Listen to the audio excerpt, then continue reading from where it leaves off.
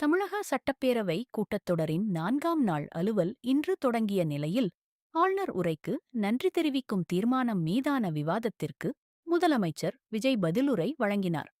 மாண்புமிகு பேரவைத் தலைவர் அவர்களே, சட்டம் ஒழுங்கை பத்தி பேச்சு வந்தது. சட்டம் ஒழுங்கு சரியா இருக்கணும் அப்படின்றதுல எங்களுக்கு மாற்று கருத்தே கிடையாது. கண்டிப்பா லா அண்ட் ஆர்டர் கரெக்டா இருக்கணும், கரெக்டா இருக்கும், இருக்க வைப்போம். அதே மாதிரி பெண்கள் பாதிக்கப்படுறதையும் இங்க யாராலையும் சகிச்சுக்கவே முடியாது. அதுக்கான கடுமையான நடவடிக்கைகள் நம்ம அரசு எடுத்துக்கிட்டு இருக்கிறோம். இந்த சிங்கப்பெண் சிறப்பு அதிரடிப்படை கூட அதுக்கான ஒரு ஃபர்ஸ்ட் ஸ்டெப் தான். அதே மாதிரி இந்த போதைப் பொருள் நடமாட்டம் அதை கண்ட்ரோல் பண்றதுக்கும் நம்ம அரசு கடுமையான நடவடிக்கைகள் எடுத்துக்கிட்டு இருக்கிறோம். அதையும் கண்டினியூ பண்ணி எடுப்போம். மாண்புமிகு பேரவைத் தலைவர் அவர்களே, இப்ப நான் சொன்ன இந்த பிரச்சனைகள்லாம் 2026 போன மாசம் மே மாசம் 10ஆம் தேதி புதுசா வந்துடல. இதெல்லாம் பல வருஷமா இருக்கிற பிரச்சனைகள் தான், பல வருஷமா கண்டுக்காம விட்ட பிரச்சனைகள் தான்.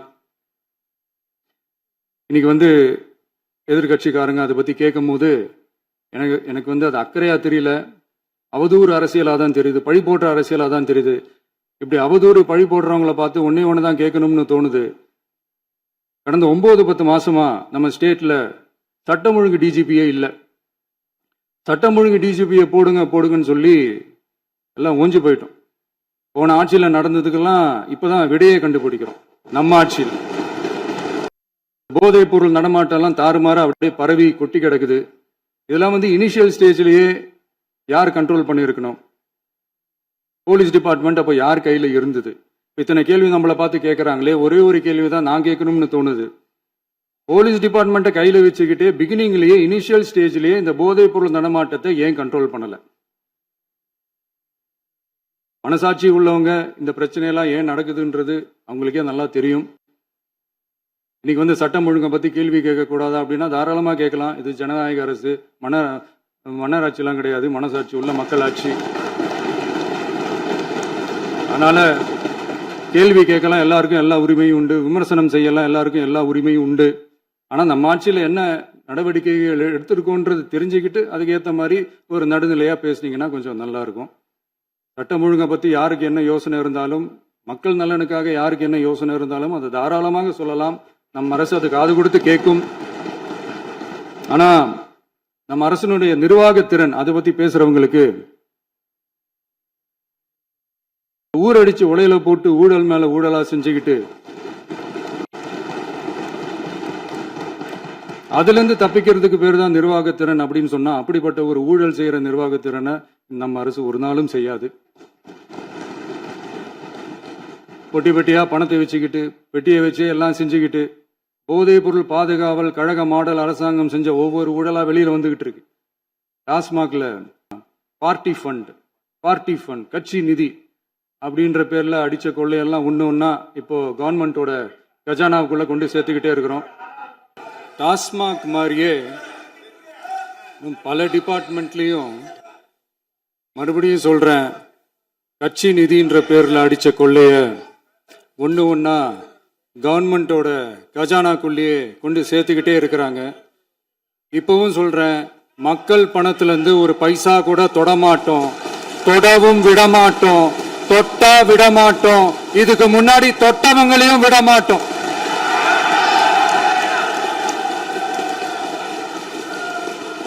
ஒவ்வொரு ஊழலா வெளியில வரும் போலே, ஒவ்வொரு வேஷமா கலைஞ்சிரும் போலே, இங்க இருக்கிற நிறைய பேரு நடுங்கி போய் இதுல நம்ம மேல அவதூறு வேற. இப்ப புதுசா ஒரு வெப்பன் ஒண்ணு கொண்டு வந்திருக்காங்க. அது என்ன தெரியுமா? அவங்க தயவால தான் நம்ம ஆட்சி நடக்குதான். மக்கள் தயவால இந்த ஆட்சி நடந்துகிட்டு இருக்கு. மனசாட்சி உள்ள சக்திகளோட ஆதரவால இந்த ஆட்சி நடந்துகிட்டு இருக்கு. அனுப்பி வச்சோம், நாங்க தான் அனுப்பி வச்சோம் அப்படின்றாங்களே.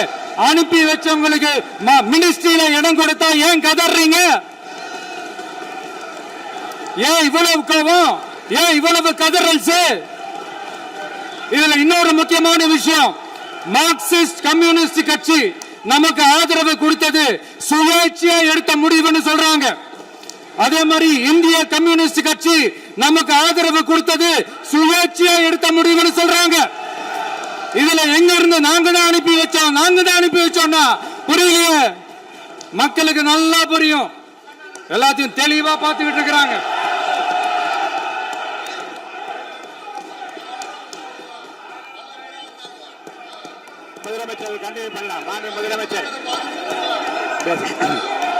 சமூக நீதி அரசுன்னு சொல்றவங்களை பார்த்து கேட்கிறேன், நம்ம பட்டியலின சகோதரர்களுக்கு எத்தனை அமைச்சர் பதவி கொடுத்தீங்கன்னு கொஞ்சம் சொல்ல முடியுமா?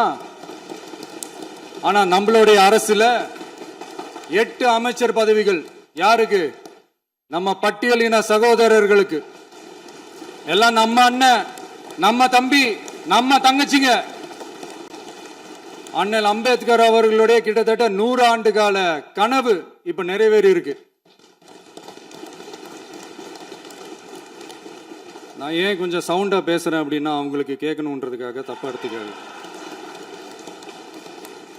அதே மாதிரி பெண்களோட பாதுகாவலர் நாங்க தான் அப்படின்னு சொல்லிக்கிறவங்களை கேட்கிறேன், எத்தனை பெண்களுக்கு அமைச்சர் பதவியில இடம் கொடுத்தீங்க கொஞ்சம் சொல்ல முடியுமா? எங்க அரசுல 4 சகோதரிகளுக்கு அமைச்சர் பதவி கொடுத்திருக்கிறோம். மக்களால் நிராகரிக்கப்பட்டு மக்களால் அகற்றப்பட்டவங்களுக்கு ஒண்ணு சொல்லிக்கிறோம், தப்பே செய்ய மாட்டோம், ஊழலே செய்ய மாட்டோம், நேர்மையா தான் இருப்போம், நியாயமா தான் இருப்போம் அப்படின்னு சொல்றவங்களால மட்டும்தான் கூட்டணி ஆட்சி அமைக்க முன்வரும். ஆட்சியிலையும் பங்கு, அதிகாரத்திலையும் பங்கு கொடுக்க முன்வரும். ஊழல்லையே ஊறி போனவங்களால இந்த கூட்டணி ஆட்சியோ, ஆட்சியிலையும் பங்கு, அதிகாரத்திலையும் பங்கு கொடுக்க முன்வராது. மெஜாரிட்டி இருந்தாலும் தரமாட்டாங்க, மெஜாரிட்டி இல்லைனாலும் தரமாட்டாங்க. கேட்டா ரெடிமேடா ஒரு பதில் ஒண்ணு வச்சிருப்பாங்க, கூட்டணி ஆட்சியை மக்கள் விரும்ப மாட்டாங்கன்னு. அதே மக்கள் தான் இப்ப அவங்கள பார்த்து சிரிக்கிறாங்க. நான்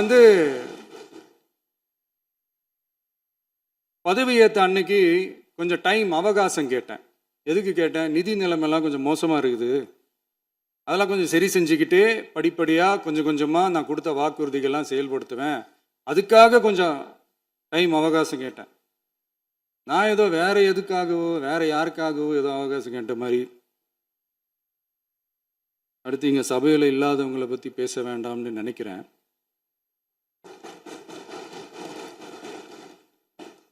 இங்க நம்மளை பத்தி அவதூறு பரப்புறதோட மட்டும் இல்லாம இப்ப நம்ம மக்கள் மேலேயும் அவதூறு பரப்ப ஆரம்பிச்சிட்டாங்க. மக்கள் நமக்கு ஓட்டு போட்டது தப்பான், குடும்பமா நமக்கு ஆதரிச்சது தப்பான்.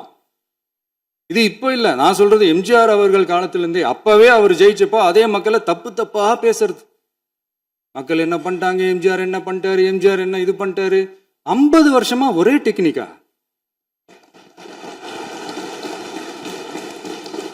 டெக்னாலஜி எல்லாம் மாறி வேற எங்கேயோ போயிட்டு இருக்கு பஸ். இதுல கொஞ்சம் டெக்னிக்காச்சும் கொஞ்சம் மாத்தினா கொஞ்சம் நல்லா இருக்கும். அதனால மக்களுக்கு யூஸ்ஃபுல்லா இருக்கிற மாதிரி இந்த ஆக்கப்பூர்வமான கருத்துக்களோ ஆக்கப்பூர்வமான யோசனைகளோ இருந்தா சொல்லுங்க, அதை நாங்க டெஃபரெண்டா எடுத்துக்கிறோம். ஆனா அதை விட்டுட்டு இந்த நக்கல், நையாண்டி, சம்பந்தம் இல்லாத பேச்சு இதெல்லாம் பேசிட்டு அப்புறம் முதல்வருக்கு பதில் சொல்ல தெரியல அப்படின்னா அப்புறம் என்ன சோஃபா மாடல் ஆட்சியா? அது என்னன்னு புரியறதுக்கு எனக்கு ரொம்ப நாள் ஆச்சு. இந்த sofa set, table chair, teapoy, furniture பிசினஸ்லாம் வேற எங்க வெளியில போய் பண்ண சொல்லுங்க. அப்படி அந்த பிசினஸ் தான் பண்ணணும்னா நிறைய பிசினஸ் பண்ற மாதிரி வெளியில போய் பண்ண சொல்லுங்க, இங்க சட்டசபைக்குள்ள வேணாம். அதனால ஆக்கப்பூர்வமான கருத்துக்கள் இருந்தா சொல்லுங்க, டெஃபினட்டா அது சரியா இருந்தா நாங்க ஏத்துக்கிறோம். எனக்கு ஒரு குட்டி கதை ஒண்ணு ஞாபகம் வருது, சொல்லாமா? ஒரு ஊர்ல ஒரு பெரியவர் வெயில் ரொம்ப ஜாஸ்தியா இருக்குன்னு சொல்லிட்டு கண்ணுக்கு மேல கை வச்சுக்கிட்டு இப்படி சுத்தி முத்தி தேடிக்கிட்டு இருந்தாராம். அப்ப கூட இருந்த ஒரு சின்ன பையன் என்ன தேடுறீங்க அப்படின்னு கேட்டானா. அதுக்கு அந்த பெரியவர் சொன்னாரா, அது ஒண்ணு இல்ல தம்பி, உங்க அப்பா எங்கதான் இருப்பாருன்னு சொன்னாங்க, அதான் தேடிக்கிட்டு இருக்கேன். எங்க உங்க அப்பாவையே காணோம்?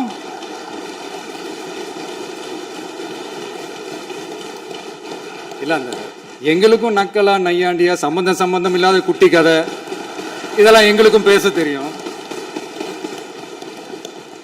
அந்த கதையில பெரியவர் அப்படி சொன்னாராம், தப்பா எடுத்துக்காதீங்க. அந்த கதையில பெரியவர் அப்படி கேட்டாராம்.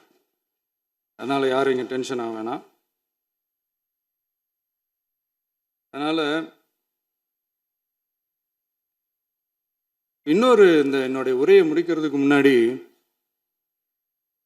5 நிமிஷம் பேசுனதுக்கே கொளத்தூரி இந்த ஆட்டம் அடிச்சு பேசுனா அப்புறம் என்ன பண்றது? கடைசியா நான் இந்த உரையை முடிக்கிறதுக்கு முன்னாடி ஒரு முக்கியமான ஒரு விஷயம் பத்தி சொல்லணும். ஆளுநர் உரை அன்னைக்கு இந்த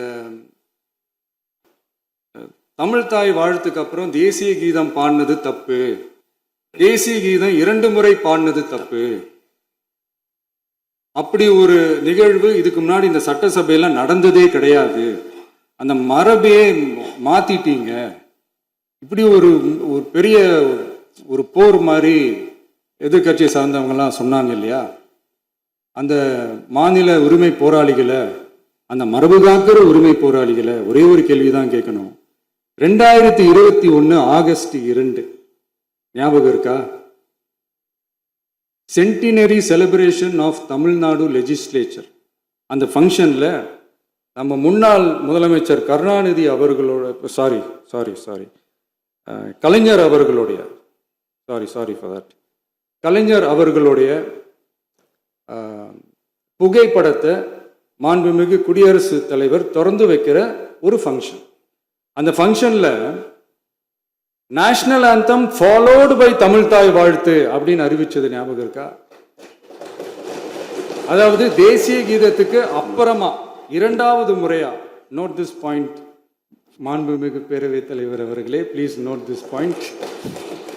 தேசிய கீதத்துக்கு அப்புறம் 2வது முறையாக தமிழ்தாய் வாழ்த்து பாடப்படும் அப்படின்னு சொன்னது ஞாபகம் இருக்கா? அதுவும் முத்தமிழ் அறிஞர் அப்படின்னு சொல்ற நம்ம கலைஞர் அவர்களுடைய அந்த புகைப்படம் வெளியிட்டு விழாவில் அவர் இருந்த இதே சபையில தமிழை 2வது இடத்துக்கு தள்ளினது யாருன்னு ஞாபகம் இருக்கா?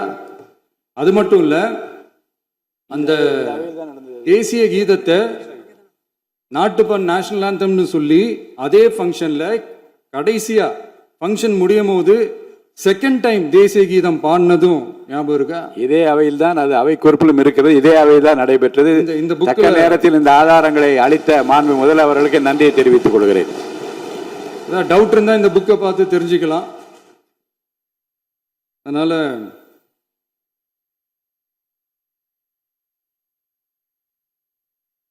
இதெல்லாம் கேட்டாங்கன்னா அது ஜனாதிபதி கலந்துகிட்ட ஃபங்க்ஷன், அதெல்லாம் அப்படிதான், அதெல்லாம் கண்டுக்க கூடாது அப்படின்னு சொல்லுவாங்க. இதே மாதிரி தான் பேசுறது ஒன்று, செய்யறது ஒன்று, பேசுறது ஒன்று. இதெல்லாம் மக்கள் பார்த்துக்கிட்டு இருக்காங்க. எலெக்ஷனுக்கு முன்னாடி தான் அப்படி செஞ்சுக்கிட்டு இருந்தாங்க, இப்போ எலெக்ஷனுக்கு அப்புறம் அதே தான் செய்கிறாங்க.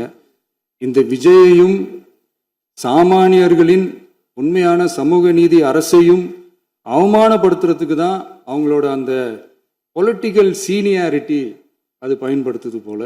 சரி, செய்யட்டும், நல்லா செய்யட்டும். இப்போ ஆனாலும் நம்மளுடைய மாநில உரிமை, மொழி உரிமை, உத்தம உத்தரர் போல வேஷம் போடுற எதிர்கட்சிக்கு ஒன்றை மட்டும் ஆணித்தரமாக சொல்றோம். உங்களை மாதிரி தமிழ்னு சொல்லிக்கிட்டு, மொழி, பண்பாடு, கலாச்சாரம்னு சொல்லிக்கிட்டு ரெட்டை வேஷம் போடுறவங்க நாங்க கிடையாது. உலகெங்கும் வாழும் என் தமிழ் சொந்தங்களுக்கு நம்முடைய உத்தரவாதம் தமிழ் தான் எங்க உயிர் நாடி அப்படின்றத மறக்க மாட்டோம். இப்பவும் சொல்றோம், மாநில உரிமையில எப்பவும் உறுதியா இருப்போம். அதே சமயத்துல அரசியல் வேற, ஒன்றிய மாநில அரசுகளுக்கு இடையே இருக்கிற நிர்வாக அணுகுமுறை வேற. இதுல நாங்க ரொம்ப தெளிவா இருக்கிறோம். அதனால எங்களுக்கு பாடம் எடுக்கிறதா நினைச்சுக்கிட்டு உங்க வேஷத்தை நீங்களே கொஞ்சம் கொஞ்சமா கலைச்சிக்கிட்டே வர்றீங்க, மறந்துடாதீங்க. அப்புறம் நேற்று எதிர்கட்சி தலைவர், மாண்புமிகு எதிர்கட்சி தலைவர் பேசும்போது நிறைய பேசினாங்க. அதுல ஒன்று மட்டும் அரசு சொல்றதா நினைச்சுக்கிட்டு நம்மளை இன்டைரக்டா ஈவில் அப்படின்ற அந்த வார்த்தையை யூஸ் பண்ணாங்க. எனக்கு ஒன்று தான் சொல்லணும்னு தோணுது. ஈவில்ஸ்னு டெவில்ஸ் பேசக்கூடாது.